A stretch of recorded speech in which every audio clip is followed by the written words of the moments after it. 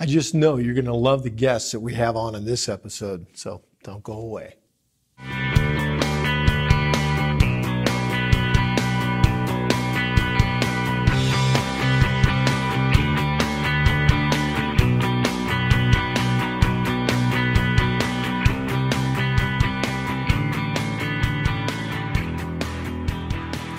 Welcome to another episode of The Interview. I'm Dr. Rick Wadge, and we have a special guest with us. I'm very honored to have him on the show this week, and that is Sheriff Joel Richardson from Randall County. Hey, Rick, I'm so glad to be here. It's my honor, my privilege. Thank you for asking me to come. It's my privilege and honor. You and I get to see each other at least once a week, and Right. which is really nice. Absolutely. And I don't know where the police force is these days, other than watching the news. But what I'm seeing is more and more faith in action, and people of faith behind the badge, trying to help our society. And we've got a real mess going on these days. I don't know if you want to talk about that. Let me tell you that I've been in this business now 44 years. I've actually been sheriff since 2001. I've never seen the climate in this country the way that it is today. In fact, in lots of the world. Yes. But I'm involved politically at the county level, at the state, and at the national level. With Trump as our president, I was excited. But boy, has it been a struggle. Yeah, and get specific with me if you would. What are some of the issues you're seeing? Because I'm seeing them from my perspective. Absolutely. Well, there's a number of things, but under President Obama, Yes. and Attorney General Eric Holder, attitude toward police became real negative. Mm-hmm. Attorney General Holder got all caught up in the local police looking too militaristic.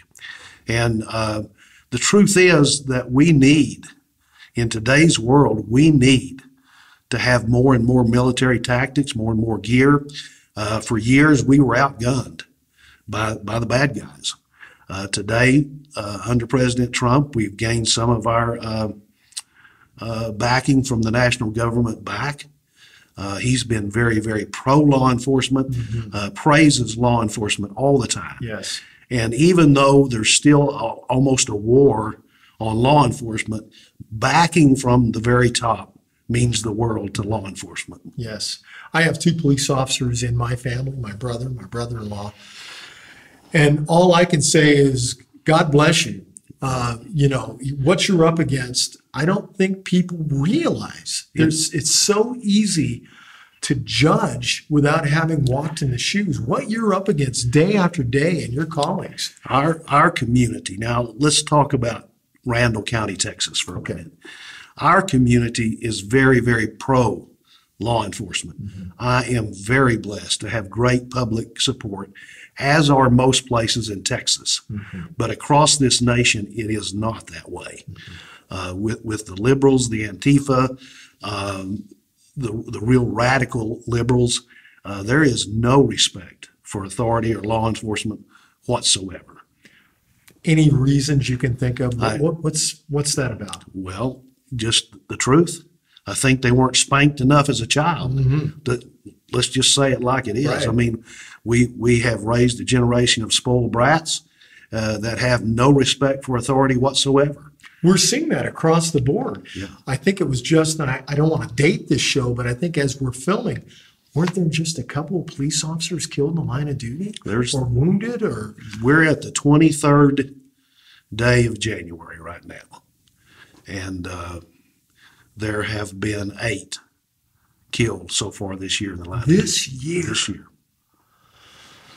Now, those that want to remove our Second Amendment rights blame that for being the cause. That is not the cause. Guns never killed anybody.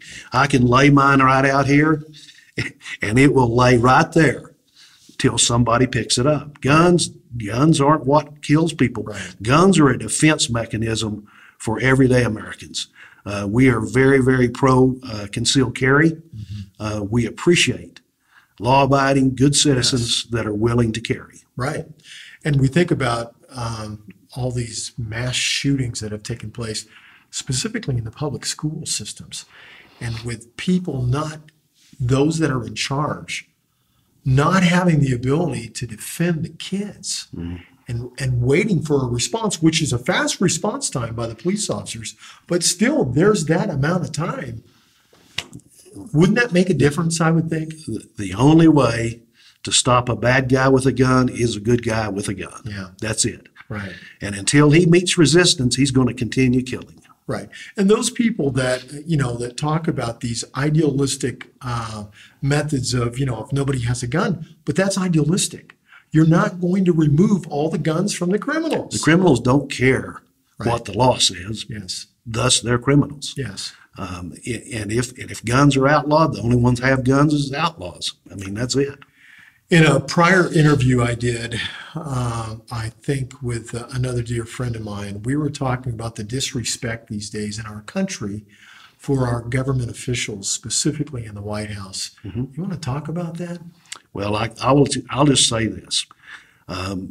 There are lifetime politicians in Washington, D.C. That don't want their apple cart upset. And we've elected an outsider to come into Washington, D.C., and there is nothing but resistance for him from those on the left, from some Republicans, if they're establishment.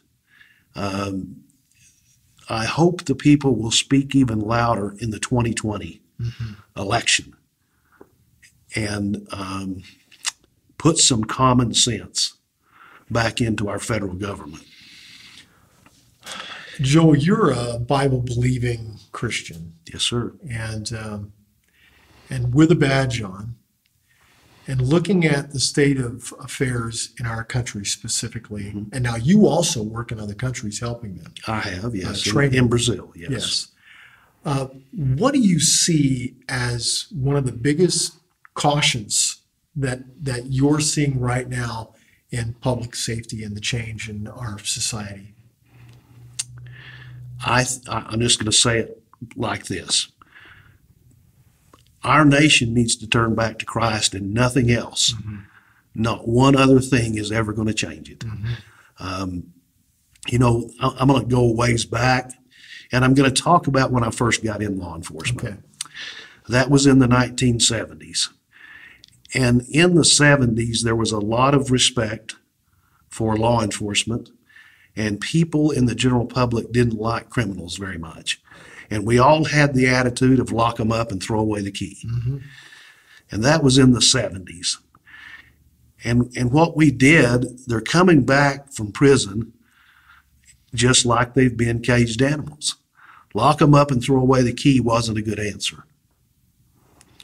So in the 80s, we decided, you know what, if these offenders had an education, they could get a job and wouldn't reoffend. Okay. And so in the prison system, you could get a GED and even a college degree. And all we did was turn out crooks that were smarter than they were when they went in. Education wasn't the answer. Lock them up and throw away the key wasn't the answer. So in the 1990s, we decided, you know what, they must have a low self-esteem. So we had in prison a lot of hug-a-thug, fuzzy feel-good programs, and we turned out crooks that felt better about what they were doing than when they went in. It wasn't until the early 2000s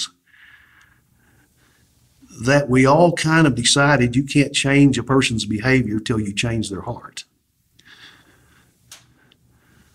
Well, we've spent billions and billions and billions of dollars locking people up, educating them, having them feel good about themselves, when the only answer is you change their heart.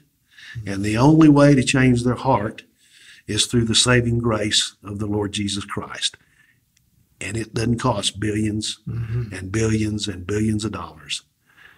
It just takes effort on part of those who are doing incarceration And you won't change every heart, but you can change a lot of hearts. We started our faith-based rehab program in 2004, refined it in 2007, and today, now they didn't all come in at the same time, and they're not going to all leave together, but one person and one heart at a time, you can make a difference.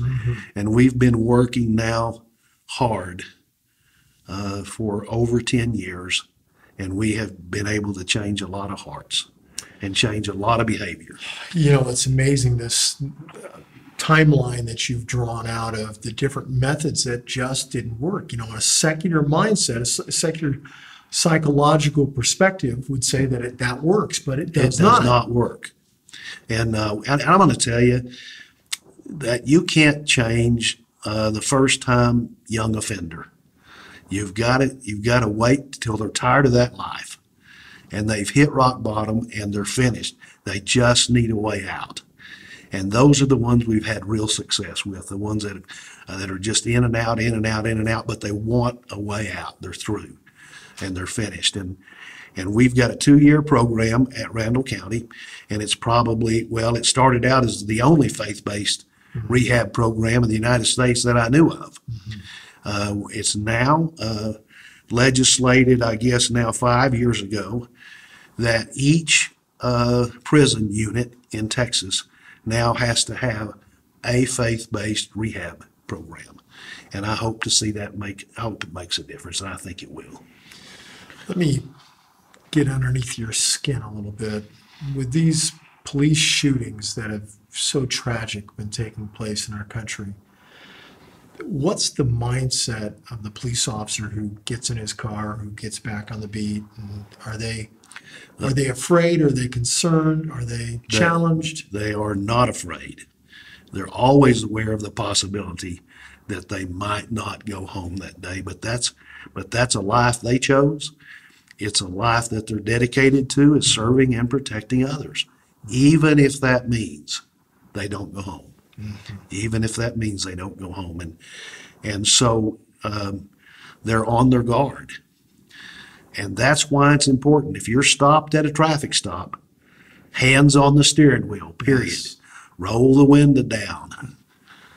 Hands on the wheel, keep your hands in plain sight, because officers are constantly on guard for they have to be. For weapons. And so I think the general public doesn't understand, oh crap, I'm going to get a ticket, okay? And oh man, it's going to cost me some money, and I'm mad. Believe me, these guys are just trying to keep you safe. Yes. Keep your hands on the wheel no matter how upset you are. What can people do to encourage the police officers in their community? What can they do? The people are so very good. A thank you always works as well as anything. You don't have to send sandwiches to the station, and you don't have to send donuts and cookies to the station, which we get a ton of. Yeah. Absolutely we do, and I appreciate it. But a simple card or a thank you or an email means a lot. Yes. Well, I can't imagine the job you're having to do. I've heard the stories in my own family, and it's just, it's terrifying how the lack of morality, basic ethics, has just inundated this country. In the last few years, we're watching senators now, these new senators coming in, and their vocabulary and their lack of respect. And I'm thinking, you're educated enough to get the vote, but you're not educated enough to have any morality. I don't understand this. It is just exactly that way. And I'm going to be real honest. It is in the university setting in America. It is all taught, not all, 90+% taught by liberals, that you have freedom of speech and that nobody can take that away from you. You can say anything you want to, whether it offends other people or not. And they forget about common decency. I agree. I'm thinking of these young kids right now that were down at the Capitol. Yes. And the fake news that came out, and many of the news reporters jumping on this story without getting the facts. Fine Catholic young men went for the march, to the March for Life, minding their own business, trying to get on a bus from the Lincoln Memorial. A group attacks them, and they're the bad guys. And some of the remarks that were given, without me, I'm not going to repeat those. Some of the remarks that were given by high, you would think, upstanding individuals in production companies and directors and actors, and have said things that, and thank God, some of them have come back and said, I was wrong. Yes. And I guess there's a pending lawsuit for those who don't by this coming Friday, a couple of days from when we're filming this. Good. I hope so. Yeah. I'll tell you that it is a shame that because you have a cap on, that you're attacked by the media. Mm-hmm. Anything to reflect badly. What was that cap? It was a MAGA, Make America Great Again cap, red cap. And just because it represented Trump and his presidency, that's when the mainstream media attacked. If the guy had on a stocking cap or something, it wouldn't have hit anything like it did. It was just the hat. That's it. Sad. And this country is based on free speech. Yeah. Yeah, right. It's based on free speech unless you're a conservative. Mm-hmm. Unless you're a conservative. Right. And if you're a conservative, the liberals have made it clear that you're going to have to pay for it if you're a conservative. Okay, so let's talk about how damaging this country would be if we were all conservatives. What is so bad about being conservative? What does that mean? I've been a conservative. I've been that all my life. And all that means to me is this. I believe in mother, God, country, hot dogs, apple pie, being kind to your neighbor, helping people out when you can.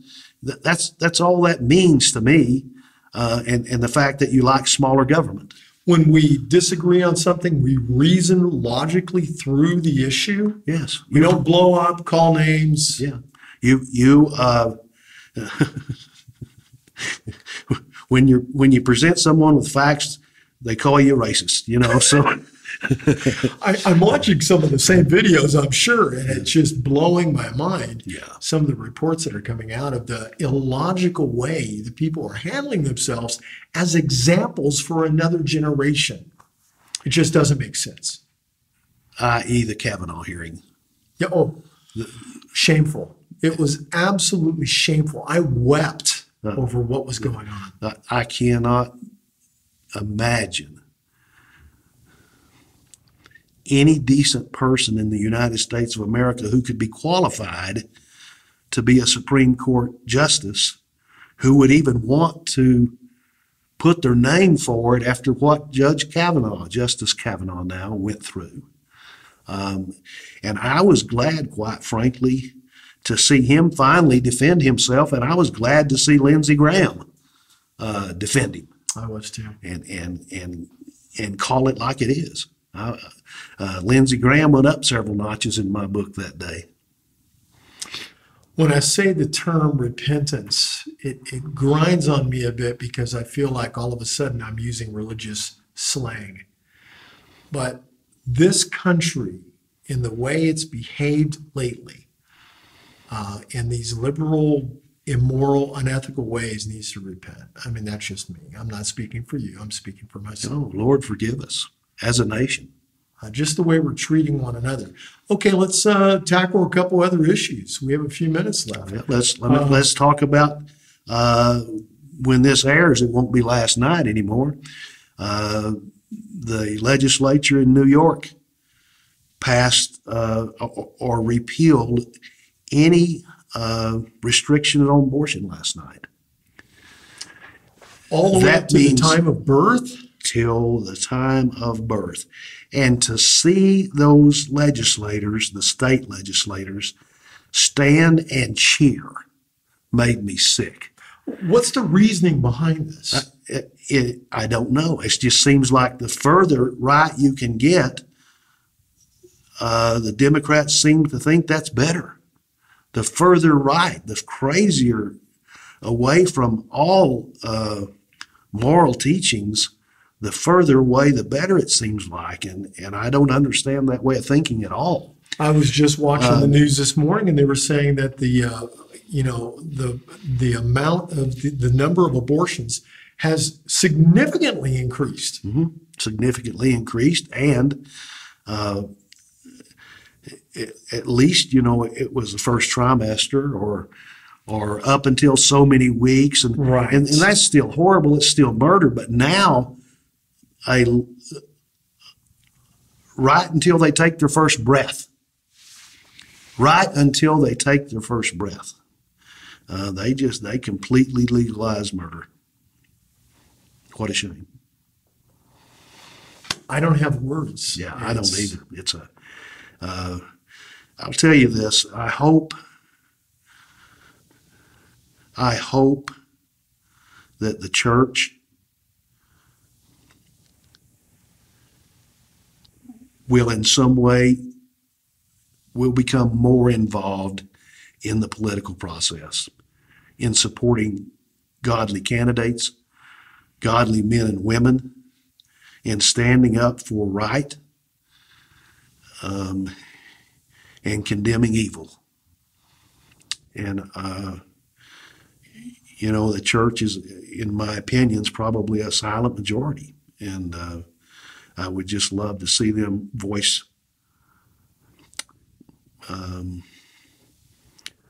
their disgust with the way this country's going more. I agree. And the concept of the division, separation between church and state has been taken so out of context. So terribly out of context. That to think that morality from a religious perspective, especially conservative, doesn't have a place in the leadership of a country is absolutely ignorant. They don't know their history. They don't know their history. They don't know their history and the sacrifices that our founding fathers made. Some of them cost their life. Some of them cost everything they had for our freedom today, and that's a shame. And they were Christian men. They put God in our Constitution.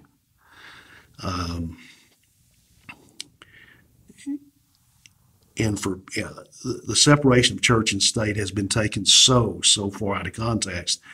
What that simply was meant to be was government has no business in or say so in someone's religious preferences, mm-hmm. not the other way around. That religion or churches can't participate in government. That isn't true. They should participate. Right. And so, at any rate, I saw this morning a report where a sitting U.S. senator, Democrat, wanted the Knights of Columbus named as a terror organization. What? The Knights of Columbus. Based on what? What action? Just ignorance, okay? The Knights of Columbus, I think it's just another attack on Catholics. You know what I mean? Sure. The boys that were in Washington were from a Catholic school, right. And now the Knights of Columbus are evil. The Knights of Columbus are nothing but a group of Catholic men who do charitable work. That's right. That's nothing exactly, else. Sure. They're great people. They're That's great right. Americans. They do charitable work. That's right. all they do. Yes. And so I think he's getting Knights of Columbus and Ku Klux Klan. I think so. Crossed up or something. I think so. It's just a shame that Christians and Catholics are coming under the attack that we are. Okay, another subject with so many we could talk about. So I've been to Israel a couple of times, and I have seen their separating wall between themselves and Palestinians.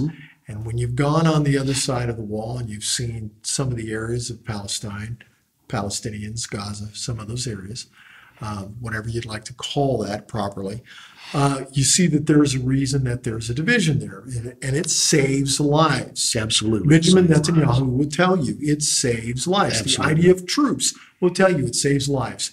So here we are now in this battle over putting some kind of a barrier, wall, whatever you want to call it, and we're in a showdown now between those who don't want to give only $1 and those that are saying, look, it's going to save lives. It's going to help our country. Want to talk about that? President Trump, more than any other issue, was elected on Build the Wall. Now, who pays for it doesn't much matter at this point, okay? But if he hadn't been Build the Wall, he probably would not have been elected. In law enforcement, any sheriff in the state of Texas can tell you, we need a wall. And we need a good wall, and we need it on the border. We need plenty of border patrol now. For years, the federal government didn't do their job. They're trying to do their job now. We as state officials had to do that job of protecting the people from the ones crossing the border. But it is no issue to get across the border, and I see helicopter footage monthly of all of the coverage that DPS does for the Border Patrol on our border. The evil is amazing, and stop when we talk about human trafficking a lot, but and there is various different kinds of human trafficking, but the main ones we see are families and children in the backs of vans and semi trucks, living in the most horrible, worst conditions anybody could ever live in. And that when it comes to human trafficking, we see some other sex human trafficking, prostitution, human trafficking, those kinds of things. But the most we see is illegal immigrants who have paid $1,000 to $2,000 a piece for somebody, which is a lot of money to them. Yes, to bring them across that border, and then they're in the worst conditions you've ever seen. So, Rick, I want you to know it's been my absolute pleasure to be here today. I've enjoyed getting to see you, and I hope that someday I can come back.